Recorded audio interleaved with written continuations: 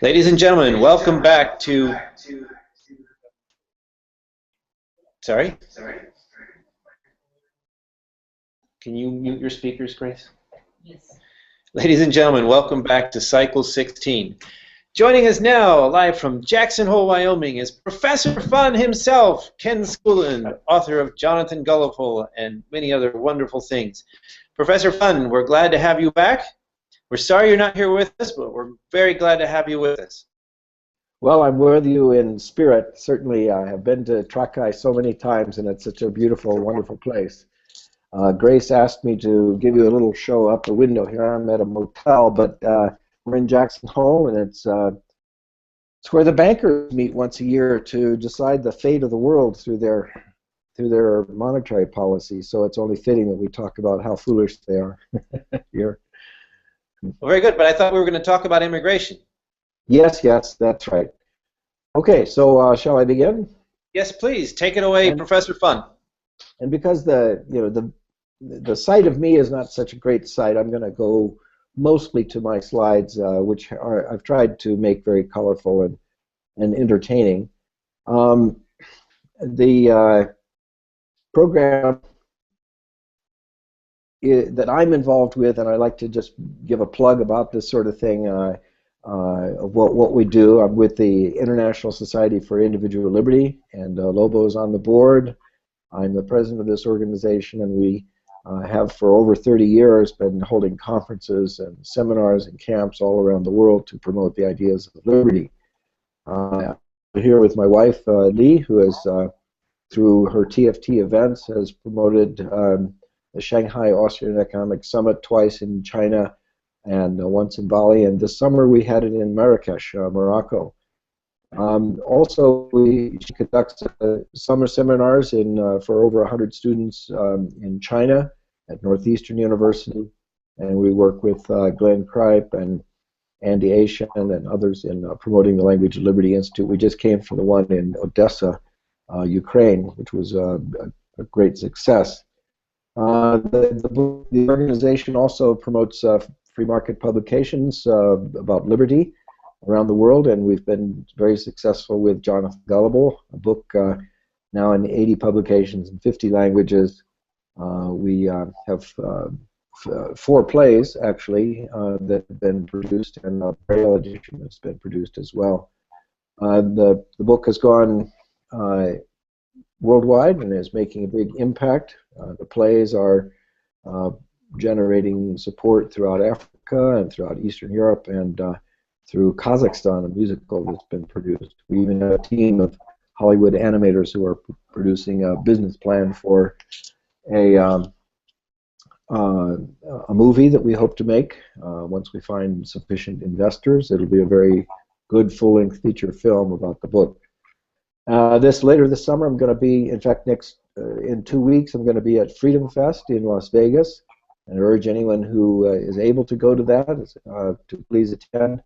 I'll be speaking. We will have 3 speaking engagements there, and it's about 1,600 people are going to be there. It's going to be quite a congregation of libertarians from all around the world. Now, the kind of thing that I talk about is that as an economist at Hawaii Pacific University, I've been talking about, well, why is what makes the difference for countries around the world? Usually the question is, well, why is there poverty? And that's not the real question. The real question should be, why is there prosperity? Because poverty is the natural state of things. All countries in the world have had along multiple thousands of years of history of almost no change whatsoever. But in just recent history, we've seen some astounding change of economic growth. This chart shows the GDP per capita in various regions of the world, and it's just soared for various countries, but still many countries remain unchanged. Still the same kind of poverty institution that they've always had. I show here a little chart here, a little picture from Google Maps at night between North and South Korea. And of course, one languishes in poverty, and the other is one of the great economic successes of the world. The difference is the economic Ken, I got to jump in there. Ken, you have not started sharing that. You need to click on the share screen thing on the left menu, because we're still seeing you, not the graphic you're trying to share. Oh, okay. I'm sorry. Yeah, If you okay. mouse over to the left, a little menu will pop out of the left side, and there's a share button or a Yes, screen. I got it. Do you have that now? Yes, except now it's gone black. Oh, there we go. Well, yeah, we're looking at why prosperity. Well, Now okay. Let me just quickly show the slides that I prepared about what we do at ISIL. I'm sorry yes, I that's didn't get that on screen sharing properly. Conferences and camps all around the world, Shanghai, Bali, Marrakesh. The book, The Adventures of Jonathan Gullible, has been a very successful book in over 80 publications in 50 languages. And we've also had great success at spreading it in various regions of the world, spreading free market and libertarian themes. Plays have been produced in Eastern Europe and in Africa. Kazakhstan, a musical has been produced for young people reaching out with free market ideas. And this is the team of animators, Keith Baxter and Matthew Parker, who we hope to have producing an animated film in the future. My point about the world's prosperity, the economic condition, is that many countries have succeeded in just recent couple years, but many other countries have not made any change at all. And the real question is, well, why is it possible for some countries to succeed and other countries not? And I show this chart that shows the difference between sort of the vibrant activity of South Korea and versus North Korea, and North Korea languishes in poverty and tyranny, North Korea in freedom and prosperity. And it's not the people that made the difference. It's it is the people are the same in both areas, but the system allowed the people of South Korea to an extraordinary measure of success. Now, there's an organization called the Fraser Institute in Canada, which comprises the Economic Freedom of the World Index. And we use these 5 criteria: the size of government, the certainty of legal and property rights, the soundness of the money, how open they are to free trade, and measures of regulation, as conditions that make it possible for some systems to succeed while other systems do not. And they rank all the countries of the world on this ranking. And the countries at the top are typically Hong Kong and Singapore and New Zealand. Countries at the bottom are like Zimbabwe, Myanmar, and Venezuela. But they're always in change. As you can see here, I've indicated that Jordan in recent years has gone up the scale from 2010 to 2013, gone up the scale considerably by having much more economic freedom-friendly policies implemented, whereas in Ukraine, they've recently experienced a decline in their degrees of economic freedom. Now, what does this matter to countries? Well, the countries that are at the highest rank have by far the greatest amount of income per capita in the world, and the countries at the bottom rank, in the red, are the ones that have the least amount of economic freedom, and they have the least amount of wealth as a consequence. Not only does it show the amount of wealth that they have, but it shows the amount of change that they're having in terms of positive growth. The countries that are high on the list have extraordinary positive growth. They're growing much more rapidly. What does it matter that they're growing? Well, take a look at this growth of countries in Latin America and South Korea, in Asia, over a 50-year period from 1950 to the year 2000. Now, the countries of Latin America that I cite here, Brazil, Costa Rica, Mexico, Venezuela, they had a lot more resources and a lot more wealth per person at the beginning of this term in 1950. And one would think that if you wanted to live in a place where there was a great opportunity, you'd want to live in those countries, not in these poor, destitute countries of Asia, like South Korea, Hong Kong, Singapore, and Taiwan, that had very, very few resources, a lot of people, but they were desperately poor and desperately moving there from other places. But in the 50 years, since 1950, the change in the Asian countries is unrecognizable. You can see they've had 20, 35, and 40 times as much wealth per capita generated in that 50-year period of time, whereas in the countries of Latin America, almost no change whatsoever. In 50 years, in Brazil, maybe 3 times the amount of wealth per capita, and in Venezuela, almost no change at all, despite the massive amounts of oil revenues and oil wealth that they have. All of them have great resources compared to these small countries of Asia, known as the Asian tigers, that had nothing. Now, the countries of the Asian tigers rank high on the Economic Freedom of the World Index. And even long before this Economic Freedom of the World Index was created, they were very open to those kinds of policies. The Latin American countries typically rank very, very low on this list. Some countries have recently come up, but only recently, like Peru and Costa Rica. But historically, they were very, very low in terms of very, very little economic freedom. What a difference it makes. Way up at the top is Hong Kong, way at the bottom is Venezuela. Now, you can just kind of get an image of how this matters. The protectionist, on just one issue like trade, says that the way to grow is to make it very difficult for people to get products to your country. Put up trade barriers and obstacles like quotas and restrictions of all kinds to make it difficult so that you can be self-sustaining. That's like the town that Friedrich Bastiat, the famous French economist, used to characterize as the one that was way up the river, even on the mountaintop. It was very difficult to get to. Did it mean that they, by protecting their producers from outside competition, that they were better off? Or would it have been better to have been downstream, where it was easy to get to? And that was the case of Stulta in his allegories. Well, these were the examples of Hong Kong and Venezuela. Hong Kong had unilateral free trade. They didn't care whether or not other countries had free trade with them or not. They allowed free trade with them unilaterally. And Venezuela, on the other hand, put up very, very strict restrictions on any kind of imports into their country. And you can see that obviously it matters the most. The great successes throughout history have been the cities that have been easy to get to, not the ones that have been difficult to get to. Okay, so let's look at other things. China has been the star of economic performance of the 20th century and continuing.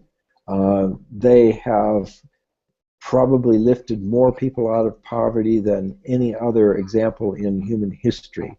In the past 2 decades, maybe 300 to 500 million people have been lifted out of poverty.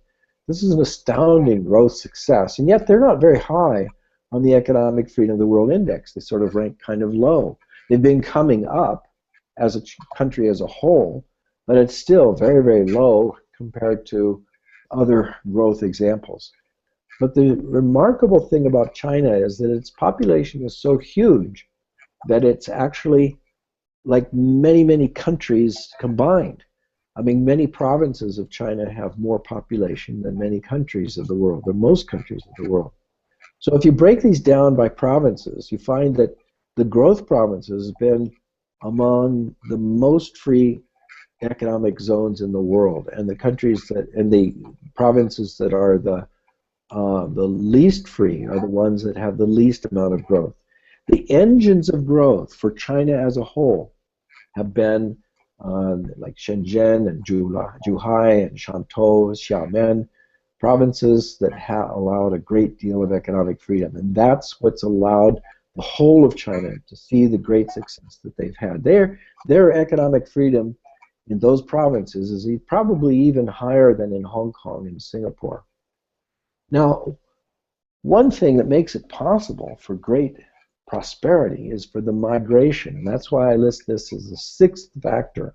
In addition to the 5 economic factors listed by the Fraser Institute, I add one more, a very important one: migration, the movement of people from poor regions to rich regions where their talents and energies can be utilized for economic growth.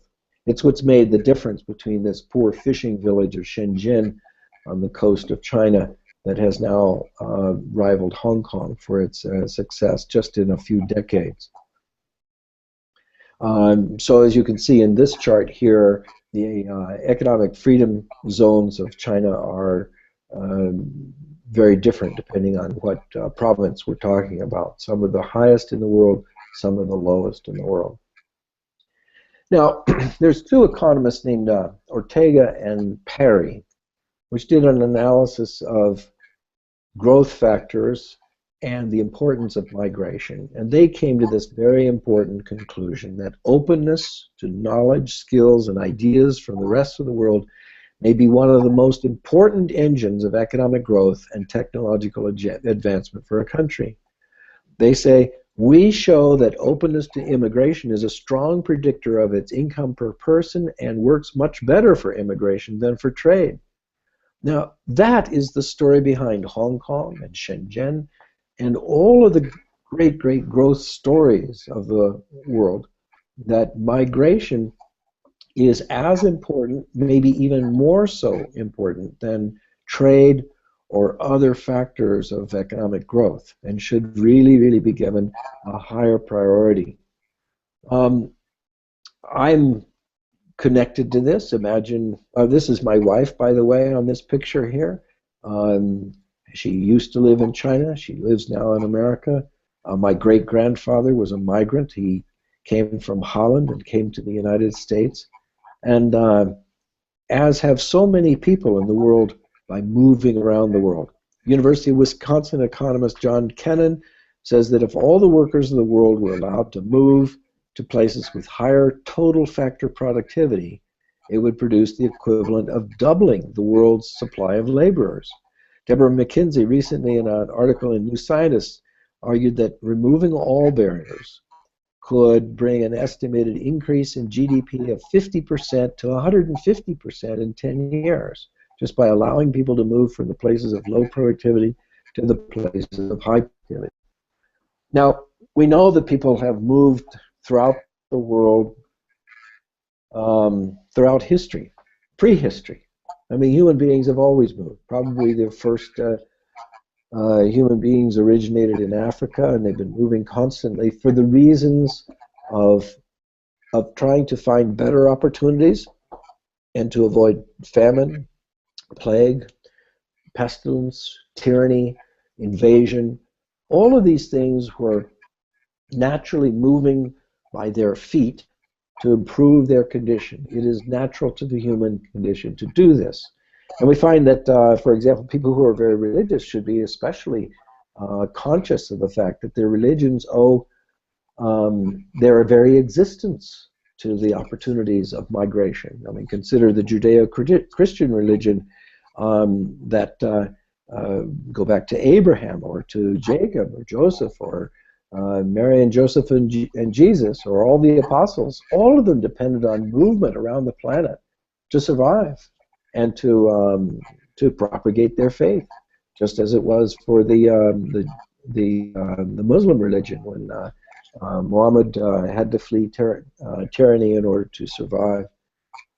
People throughout history have been moving, and today is no exception. In fact, about 3% of the world's population are migrants, where they've moved from the place of their birth, sometimes within the region, and sometimes across to other parts or regions in the world. 244 million people have been moving.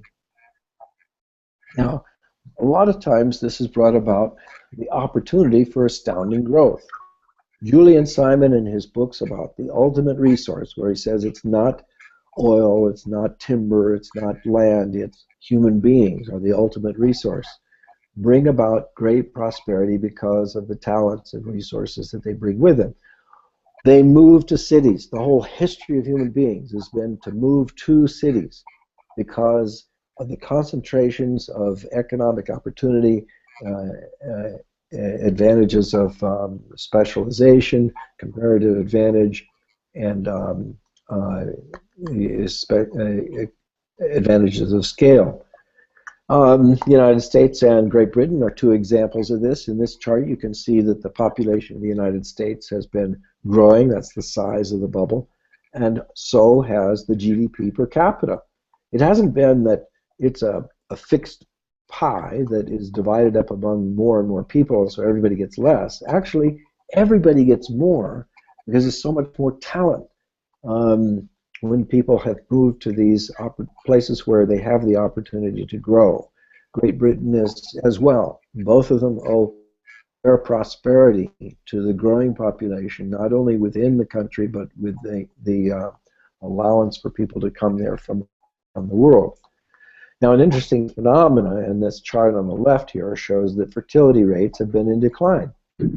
As the countries become more prosperous, they've always been able to produce more and more wealth, and they have a less and less need for having lots and lots of children. In fact, almost all of the countries, the industrial countries of the world, have birth rates that are below the replacement rate, below the 2.1%. 2.1 children on average for every woman is what's considered to be the replacement rate. Below this number of children, you have a declining population. Above this rate of population, you have an increasing population. And every part of the world has been experiencing declining replacement rates. So much so that most of the industrial countries of the world are now actually in decline. And the only reason the United States isn't in decline in population is because they do allow a large number of immigrants to come to the United States. Not as many as I would like, but they do allow it. And this has been of tremendous benefit to the prosperity of the United States. You can see how people used to come as contract laborers, for example, people who were eager to have economic prosperity, to build the railroads, to build plantations, and so on. Went abroad. They went to Japan, and they went to China, and they went to Portugal, and they signed up people by the thousands to work abroad at much better conditions than they had back in their very impoverished homeland. And they came to America and did much to bring the prosperity with them. And they learned skills, and they did a lot of things that made it possible for economic growth and prosperity in the United States. Now, the reason for this, a special selection process, is that migrants tend to be much, much harder workers. I ask my students overwhelmingly, I say, now, suppose you are standing in front of you, you have two people standing in front of you. One of them is an immigrant, and one of them has come from, one is an immigrant, and one of them has, come from the neighborhood. Which one would be the harder worker? You don't know anything else about them except those two factors, the immigrant or the person who was born in your neighborhood. And overwhelmingly, people say, well, the person who came long distances is the immigrant. They're the ones who are the harder worker, and probably would work their heart out in order to make a great success of this employment. Well, that's the same kind of thing that I'm finding here as a result of Adrian Furman's analysis, why do foreigners make better entrepreneurs? He argues that the first generation migrants start businesses at twice the rate of Native Americans and of second generation migrants. Half of the world's skilled migrants go to America, and in 20 years created 25% of all American venture-backed companies. The sort of people who migrate have a different pattern of motivation, abilities, and adjustment. They are hungrier, more risk-taking, and more hardy. When you look at Bill Zinke's list of the top 25 characteristics for good entrepreneurs, there's almost a perfect match in that list of entrepreneurs to people who are the migrants. They're the diligent, eager people who are willing to make those great changes. They are taking great risks, leaving behind everything that is familiar to them to go to a place where everything is unfamiliar, potentially hostile, because they want to better their lives. Now, Stuart Anderson of the National Foundation for American Policy made the same kind of observation. Immigrant entrepreneurs are the heroes of a market-based economy, driving innovation and job creation. They started 33% of U.S. venture-backed public companies between 2006 and 12. Now, these are very familiar names. You know, Google, Intel, eBay, Facebook have all had connections to immigrants who did much to start off these kinds of businesses for Americans. Not only that, but they send tremendous beneficial help back home. These are called remittances. Remittances have been soaring in recent years. World remittances rose 22% from 2009 to 2013 after the recession. But for middle-income countries, more than 3 times as much remittances have been given out from the year 2000 to the year 2013. 3 times more for middle income. And for lower income countries, it's 6 times as much remittances, which accounts for as much as 8% of the GDP of many of these low-income countries. And this money has overwhelmingly been the driving force for much of the change and the improvement in the poorer countries as well. You know, if you exclude the foreign direct investment that's going to China alone and just look at all the foreign direct investment, remittances that are being sent home from people working abroad are much greater than foreign direct investment. In fact, 3 times as much as all overseas development assistance combined. Now that's government to government foreign aid, which is useless compared to remittances. Remittances are from people who earn the money of their own, and they send it to people that they know and who value it because it's coming from people they know, and they're going to spend it wisely. As opposed to foreign direct or overseas development assistance, which is money taken from taxpayers who could care less, by bureaucrats who could care less, and given to bureaucrats in another country that could probably care less, and they spend it probably in corrupt and wasteful ways. So the remittances are far more beneficial to poor countries. In fact, probably much more beneficial than through official sources. Now, I like to make this comparison. Some of you at Trakai may know this guy on the right here, the yoga man in the morning. Is Virgus there, by the way? Is he in the room? Ah, yes. My brother. Yes. Well, I like to put this picture up here of my brother, comparing my brother with a barrel of oil. Now think about it. Which is the more valuable?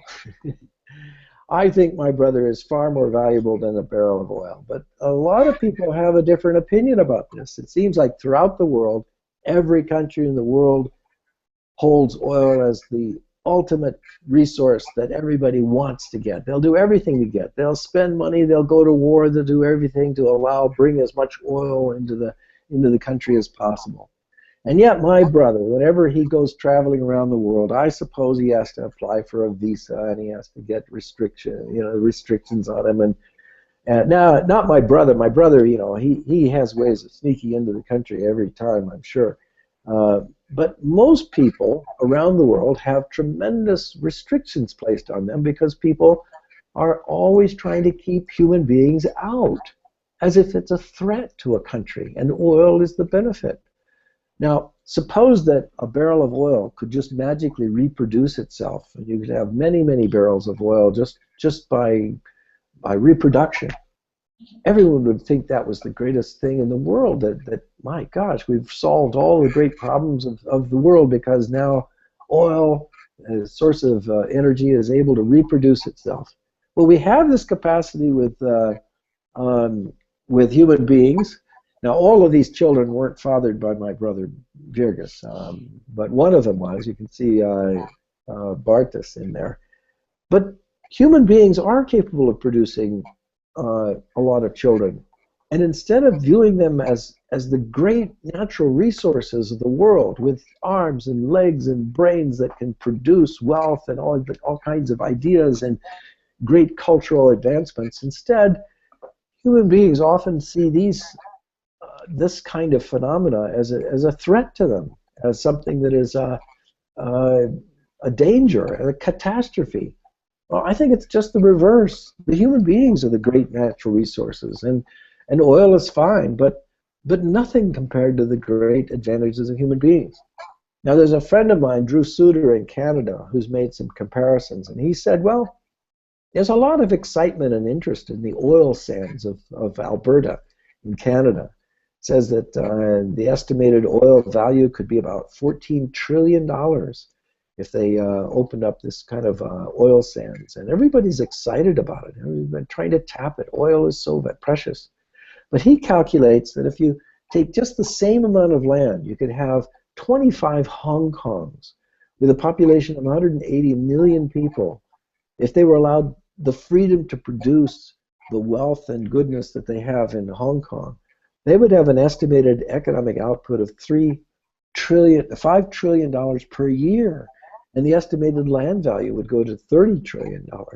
I mean, this would be far, far in excess of any of the benefits you could get from the oil sands. In fact, you could probably have both.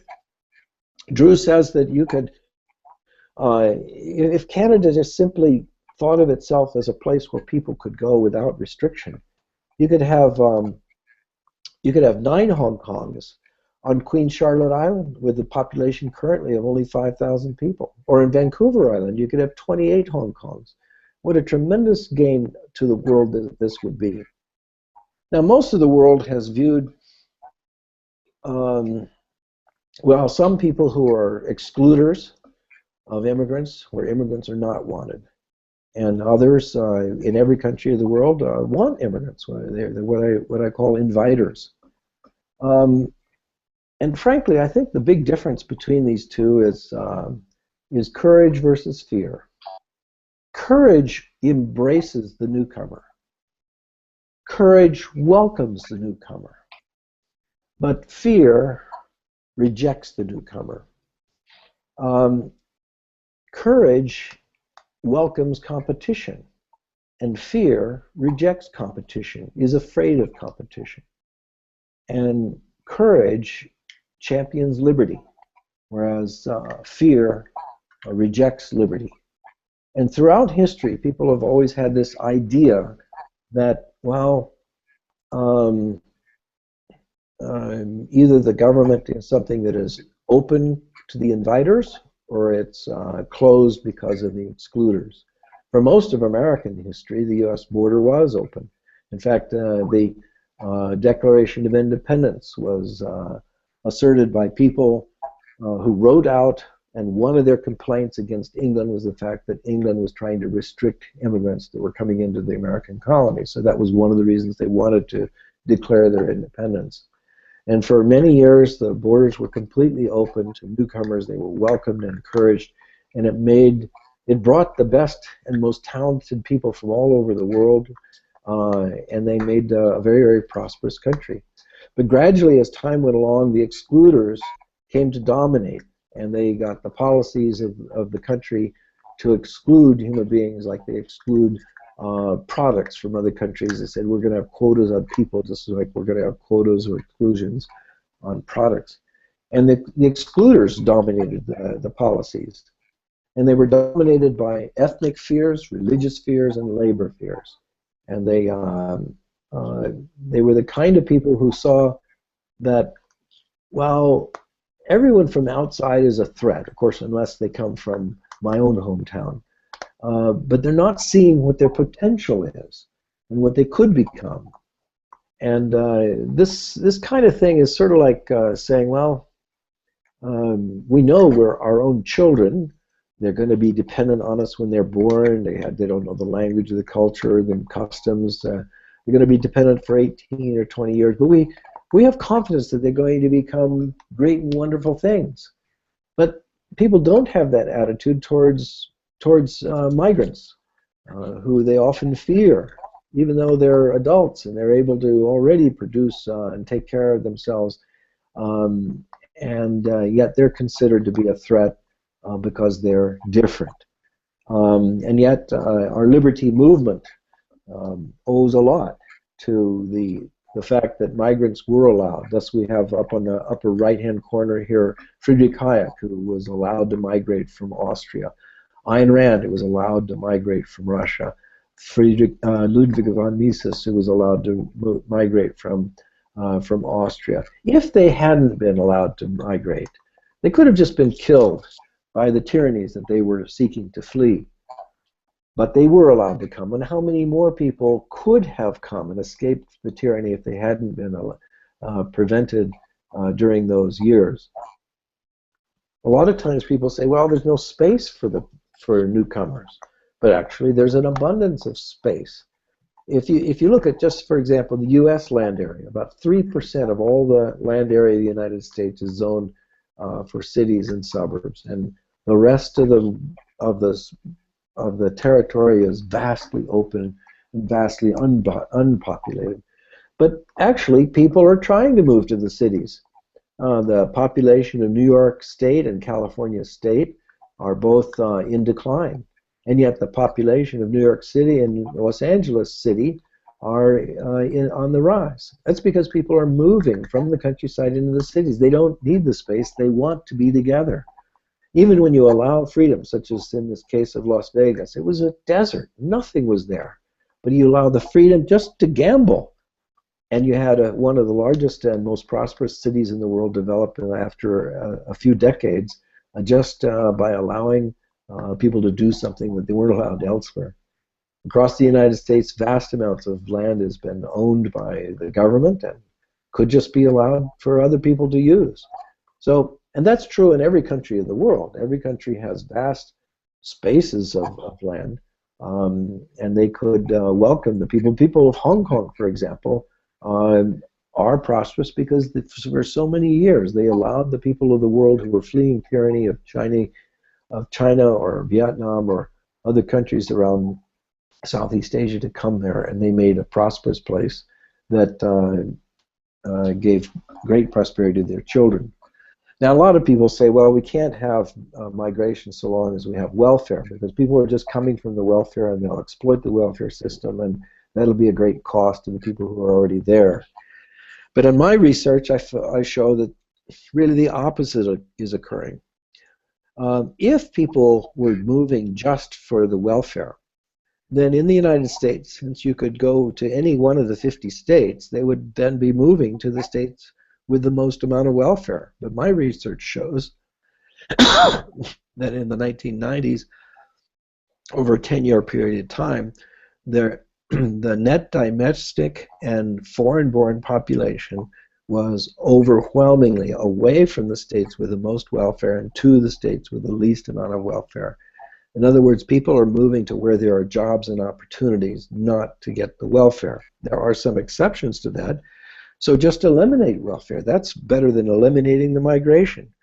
But I'd say eliminate the welfare for everybody. I mean, if welfare is an immoral thing to take from one person to give to another, then it should apply to domestic population as well as to foreign-born population. But allow people to work, and that's usually the constraint. So many places have restrictions on allowing people to work that it prevents them from producing their own prosperity. There are kinds of welfare, I think, that fuel migration, however. Two kinds, which I call protectionist corporate welfare. That means the protectionism of domestic industries.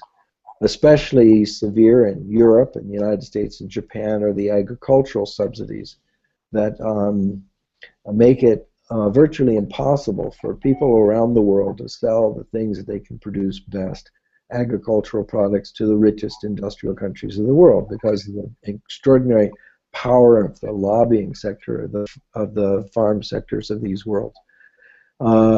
So eliminate these tremendously protectionist barriers that subsidize farmers in the European Union and the United States and Japan. allow the consumers of those countries to buy products at much, much lower prices. In the case of sugar, they could buy sugar at 1/4 the price that they have to pay in the United States, and eliminate a lot of stupid policies that even force farmers or compel taxpayers to pay for the destruction of food just to keep prices high. Another kind of welfare is tyrant welfare. The United States and Europe have been particularly guilty of aiding by giving tremendous amounts of military and support to tyrants around the world, which increases the tyranny. So you eliminate these kinds of welfare, protectionist corporate welfare in the form of trade barriers, and the tyrant welfare of support to tyrannical rulers around the world that have tremendously poured this wealth into repressive regimes, and I'd say that you would have a good solution that allows people in those countries to generate wealth on their own by producing wealth where they are, and they wouldn't be facing the tyranny that they are trying to flee. And then you wouldn't have people moving so much around the world as they do. Nevertheless, people still are moving. About 10% of the world's population are refugees. I mean, of the population of migrants, about 10% are refugees. Today, about over 20 million people, and these people come recently from a lot of very war-torn regions of the world: Syria, Afghanistan, Somalia, and so on. Syria has been in the news a lot recently, and it brings to mind an example of people trying to escape earlier in the 20th century. I remember when, I mean, I don't remember because I wasn't alive at the time, but a lot of the story was about how people were trying to flee war-torn, the tyranny of Germany and Stalin's regimes in Russia, and they were trying to flee by the millions, but they were prevented from fleeing by immigration quotas. The United States prohibited millions of Jews and Poles and Catholics who were trying to flee tyranny of the Hitler regime, and they were sent back.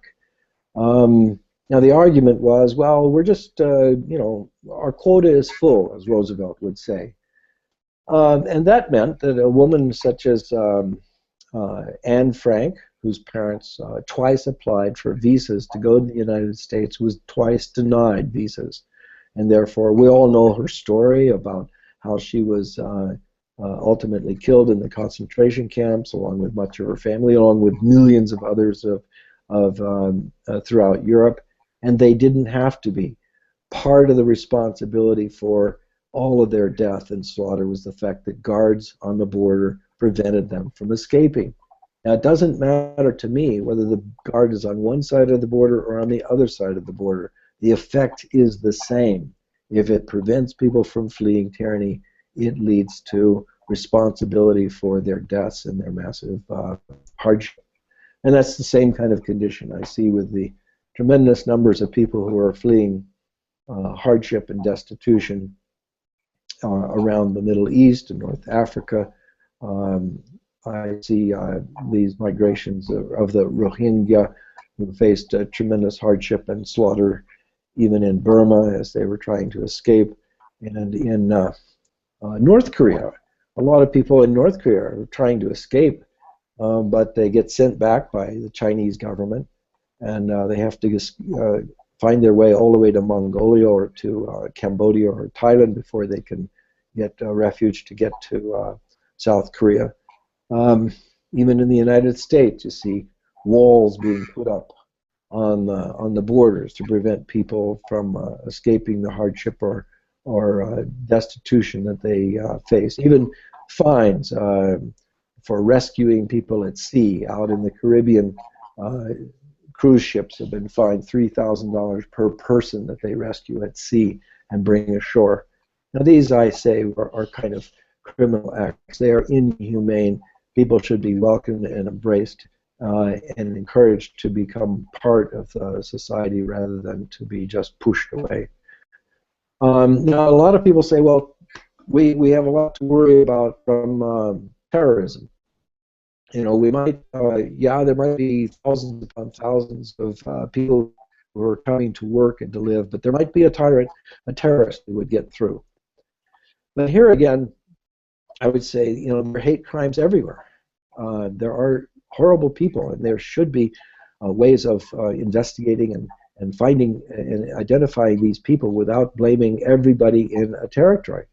But for example, all of those people who, well, one of the worst, or probably the worst terrorist act in the United States was done by a guy named Timothy McVeigh, who went from New York to Oklahoma City, and he blew up the Murrah Federal Building, killing several hundred people. And his crime was a horrendous crime. The investigation should focus in on him and on hate crimes and the people who do them.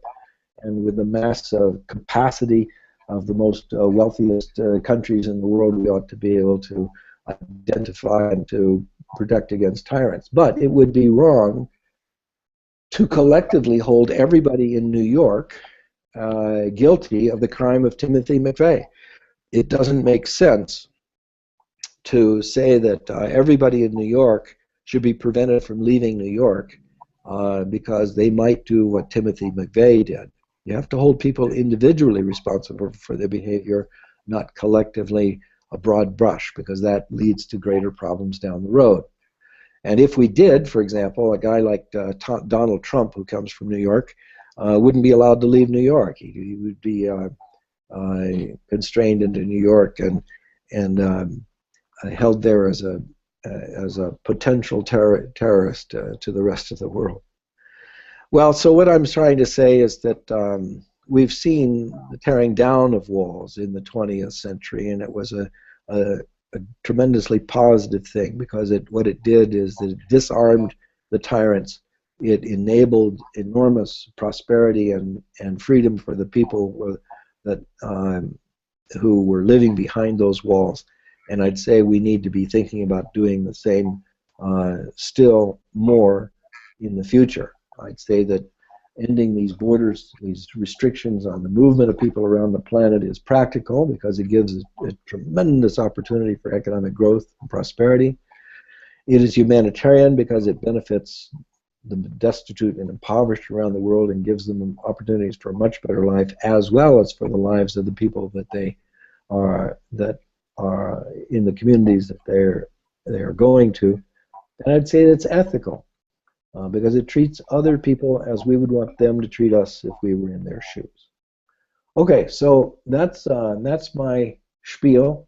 Let me open to questions and see what kind of response everybody has to this sort of thing.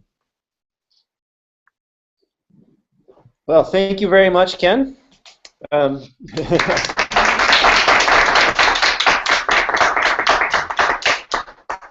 Let me see if I can turn this around without turning the screen off here. We have a projector working.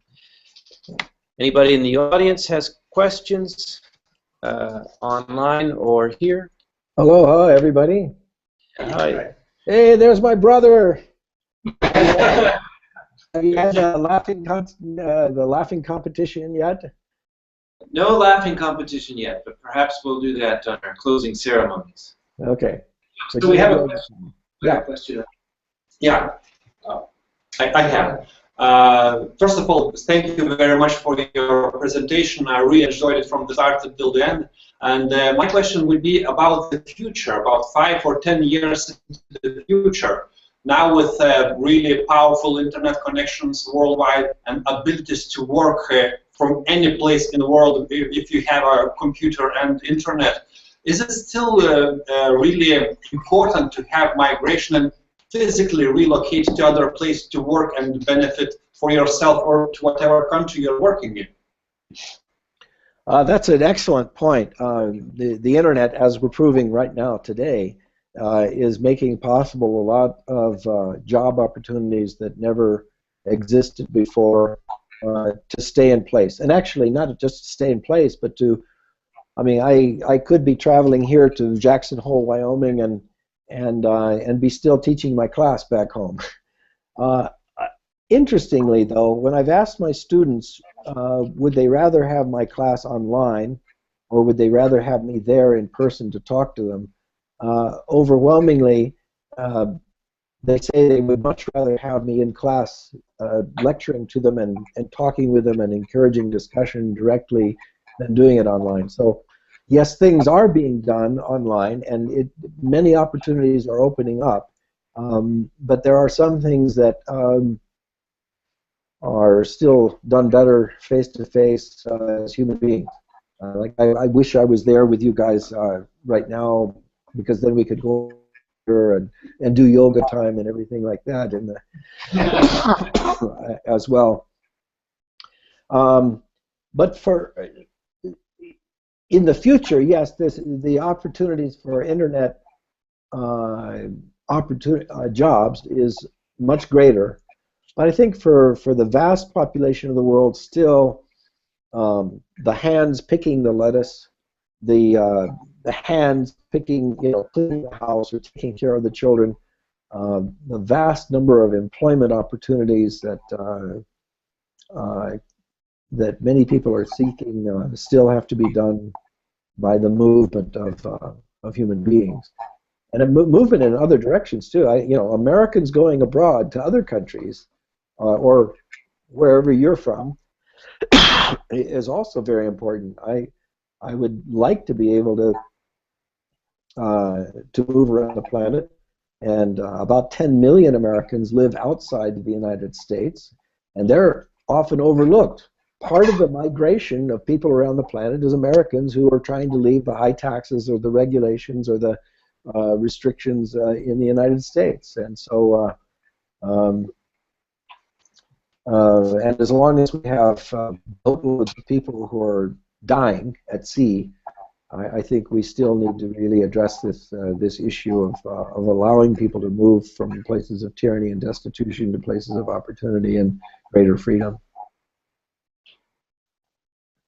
That's a good distinction, Ken. The difference between migration for economic opportunity, maybe the internet is a very important variable there, but the migration to avoid tyranny is not addressed by the internet. Having a great internet connection doesn't make you less subject to the secret police knock at night if you live in such a place. I do worry that in the future, as the gentleman there suggested, in the next 5 or 10 years, governments of the world could be increasingly restrictive on the internet, just as China still is today. You can't have Facebook, you can't have Google, you can't have Gmail. A lot of things that we take for granted in the United States and in Europe are not allowed there, and I worry that tyrants can control our internet access in the future too. Even in countries like Europe and the United States, I think that freedom is a very fragile thing. All it takes is one terrorist attack somewhere, and suddenly the government has an excuse to clamp down on everybody's freedom across the country. And even the interpretation of terrorism, whenever the United States bombs a city in Syria, that's considered a tactical strike and pushing a button. But lots of people die in these, lots of civilians die in these situations as well. Anyway, so I fear that we may not always have the same kind of freedom of internet that we have right now. I hope we do. More questions? There's somebody else here. Yeah. And we have 2 online. All right. The question basically was, are you for less control in migration or no control at all? So as I understood, it was more like no control at all. So anyone should choose, pick up any country and go anywhere in the world he wants. Right? Well, yeah. Okay. I think that it's okay to stop an invading army. I one time posed this whole situation of opening the borders, and a friend of mine, Ben Best, once said, "Oh, would you just allow the North Korean army to invade the United States and say, well, you got to open immigration?" I said, well, I thought that actually if the North Korean army did come to the United States, that they'd probably defect the instant they came to the United States. But no, I think it's legitimate. Like, for example, at the you don't want to have contaminated products come into your border. So check for contamination, but don't have any quota on the number of people that are allowed to come without contamination. In other words, or products. I would say that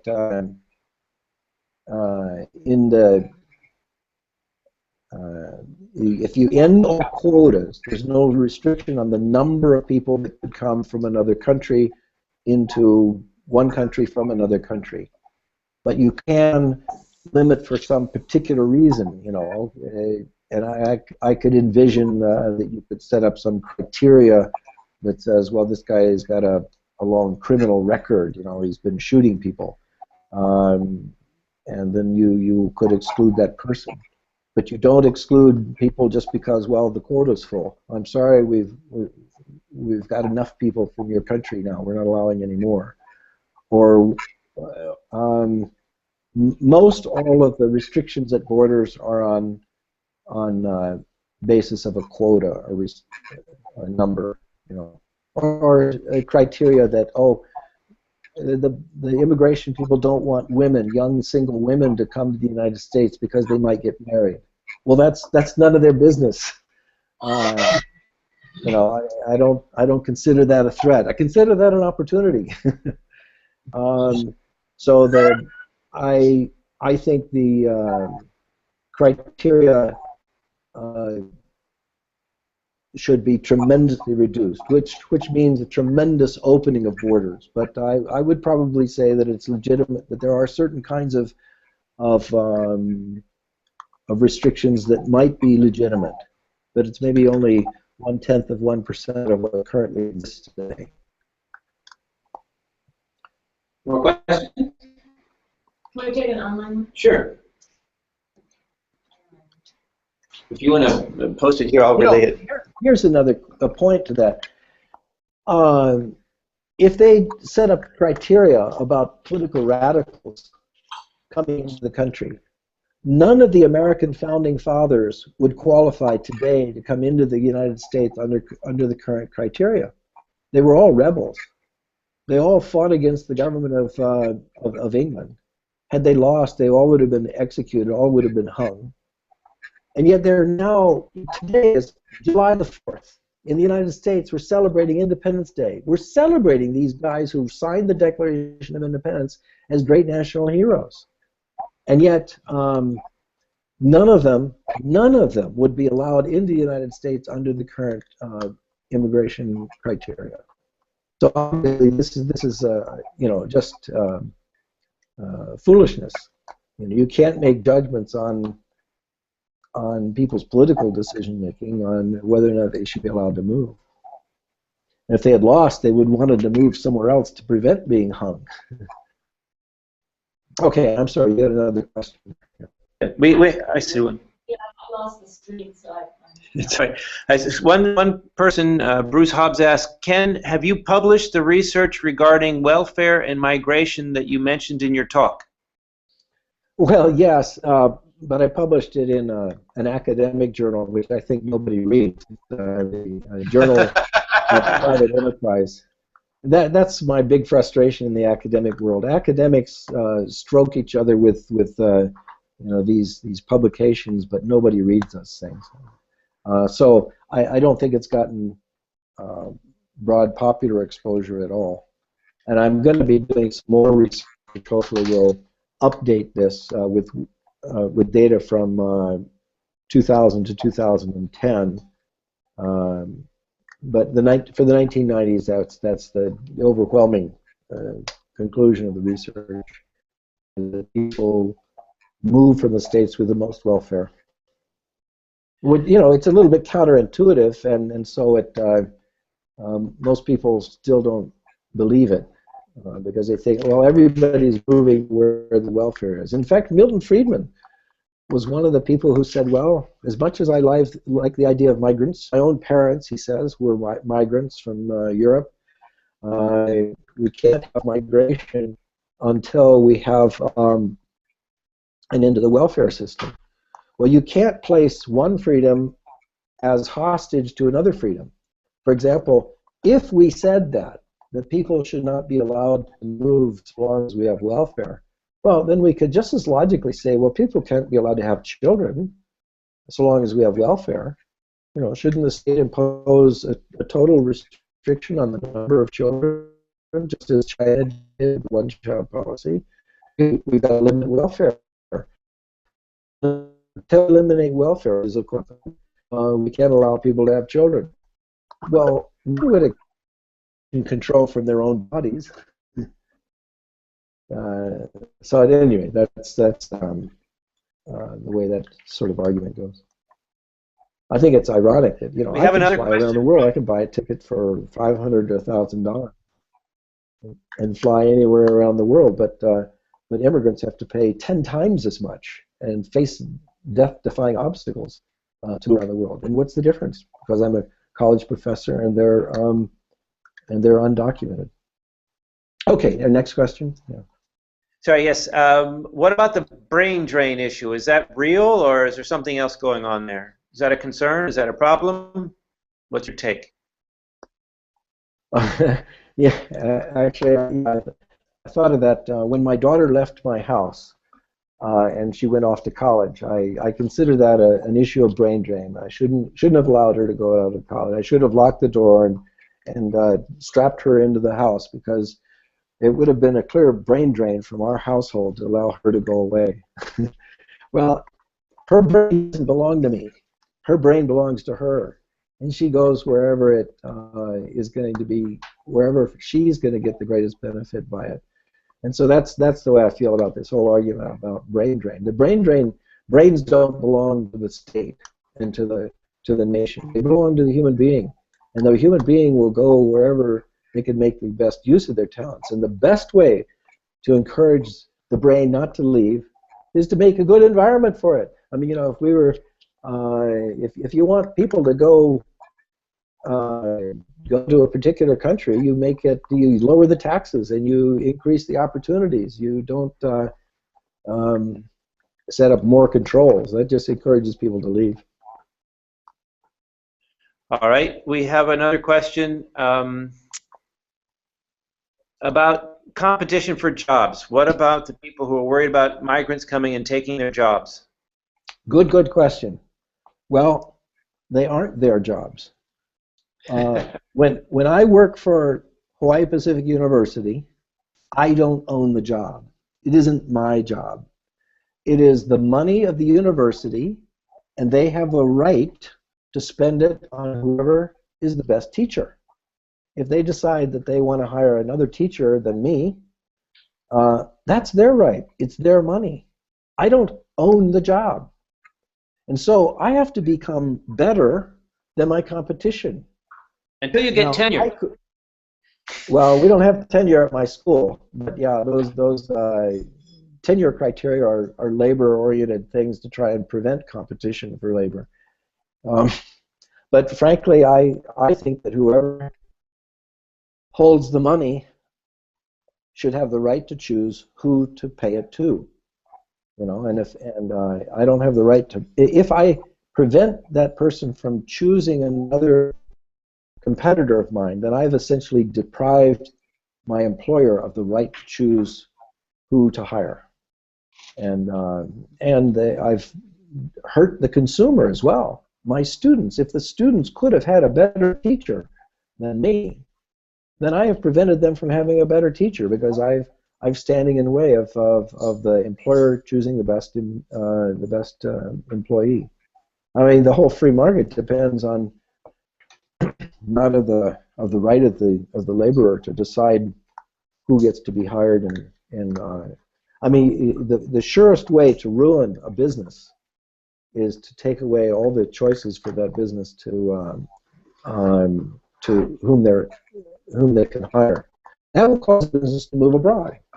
You know, when you take away the opportunities of a business to choose who they're going to hire, they'll move abroad where they can find more freedom of choice. I don't know. Does that answer the question? It is an answer. It's not one that is going to win elections, I think, but it's an answer. All right, one more. What about assimilation? You know, you're in Wyoming right now, population approximately 500,000. If we just let, you know, just 1 million of these Syrians that are fleeing Syria into Wyoming, they would outvote the native Wyomingans 2-1. And suppose they moved there and decided to require all women in the state of Wyoming to wear headscarves and cover their heads, or something that the native Wyomingans wouldn't presumably like. Is that a problem, or how do you deal with populations that migrate and have no intention, interest, or desire to assimilate? Yeah, that's a good question and a valid concern that people have. In which case, here I am in Wyoming. It really belonged originally to the Indians, the Native American Indians. Now, my culture, I guess the European culture, did come here and they dominated, but it was by guns mostly that they kicked around the Indians and they kicked out the Indian culture. After that, I'd say actually the territory was claimed by Spain and belonged to Spain. The Spanish didn't want American colonists to come. They wanted some of them to come to do economic development. That was good. But then they found so many of them were coming, they put up restrictions and they said, well, you've got to speak Spanish, you've got to become Catholic, and you've got to leave your slaves at home, because we don't have slavery here in Mexican and Spanish territory. And the Americans sort of ignored that. They came and they fought a war and seceded with Texas, and then they fought the Mexican War, which then took over the rest of Mexican territory. I mean, I'd say that Americans are in a very bad position to claim that they have the superior culture. Culture wins by competition. People choose a culture when they have freedom of choice that they like better. And frankly, when people are going to another country, like if somebody was going from the Middle East with the practice of scarves and coming to the United States, they were coming here because they liked a lot about what they were coming for. They don't want to make it be just like it was with what they left. Maybe some of them, a few might feel that way, but most of them are coming because they like the new culture. And then the way cultures compete with each other is by freedom of choice. Allow people the freedom of choice to choose what kind of culture they want. And I'd say that it's wrong to try and protect your culture with laws prohibiting another culture. That shows a lack of confidence in your own culture, the strength of your own values. If you think that people won't freely choose it, then there's something wrong with it. It's sort of like what I think of as the that insists on his women wearing scarves, you know, so that no other man can see him. Well, frankly, I'd say that reflects a lack of confidence of the men, that they don't think their women would stay with them if they were allowed freedom of choice, and they fear that they would run off with other men if they had freedom of choice. I'd say that reflects a lack of confidence in their own culture. So the same thing in the United States. You put up rules against anyone to come to protect your culture. That's not a way to protect a culture. Actually, in the United States, if that was the rule, everyone around the world should have been prohibiting Hollywood films from ever being shown in any other country other than the United States, because Hollywood has done more to spread the ideas of American culture or Western culture to the rest of the world than has ever been done by votes in the opposite direction. So in the competition of cultures, these guys are doing it. We have another question from an online viewer. William asks, since economic freedom makes countries so successful, do you expect that eventually most places will become more economically free due to Darwinian-type forces? In other words, will evolution make free enterprise win? Yes, yes, and that's happening. You know, you notice the examples of freedom, which I guess are countries like Estonia, Chile, New Zealand, Hong Kong, are examples of success that are that other countries are trying to imitate, where they don't, where they try repression, like in Venezuela or North Korea, they kill themselves off, you know, by foolish behavior. And of course, the United States and Europe, European Union, are capable of doing that itself. I think actually the Brexit thing was a positive thing to cause the European Union to behave better. They have to keep members. If they want to keep members, they have to do it by doing the kinds of policies that attract them. And so this is a very positive shake-up call. You know, the Brexit was a very positive shake-up call for the rest of the European Union to behave better, to keep people in their circle. Otherwise, more and more of them are going to leave like Britain did. And nothing prevents Britain from coming back in the future. You know, I mean, that it's not the end of the world. But frankly, I think that the policies of freedom could be just initiated unilaterally by any country following the example of Hong Kong or following the example of New Zealand, following the example that I asked Estonia, which is very close to home for you guys. So yeah, I'd say that the future, by example, could be in the favor of free markets and freedom. But I'm not a fatalist. I don't say that it's inevitable. That's why I'm constantly promoting free market ideas and libertarian ideas, because it's not given. The 20th century was a horrendous example of tyranny run amok.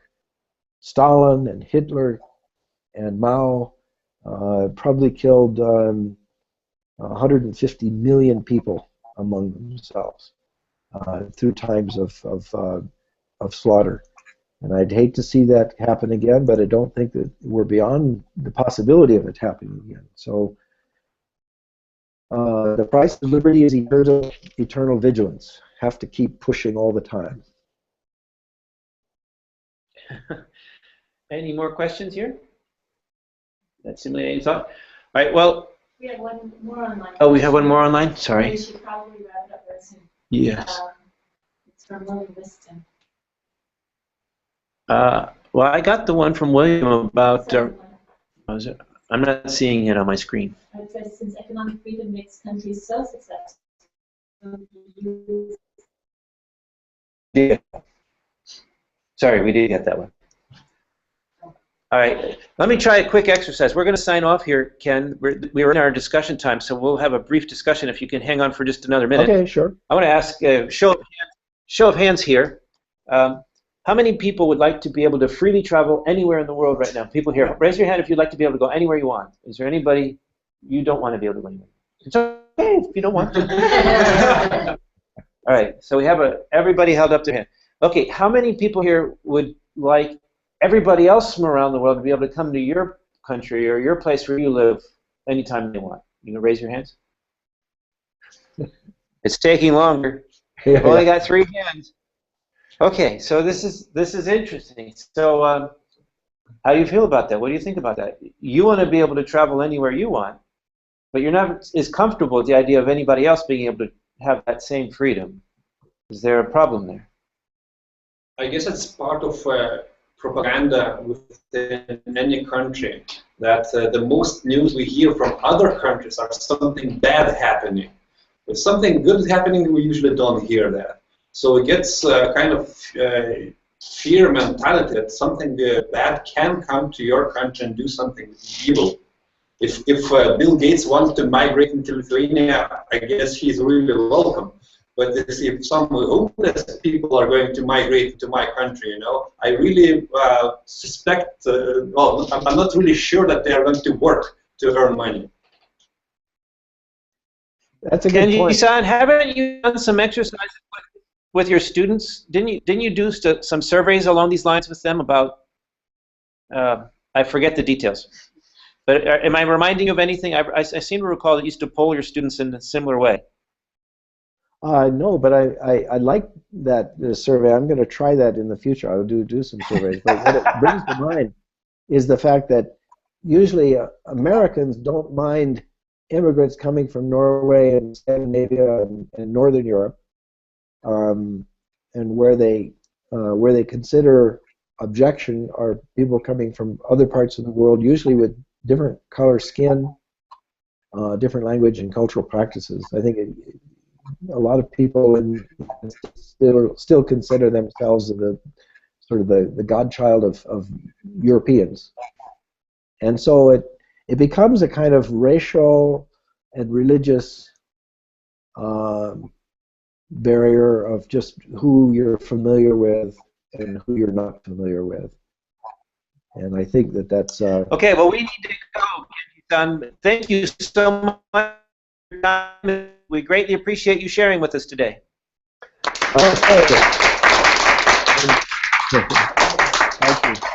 And my brother, I see him there in the background. I wish I could give you a big hug.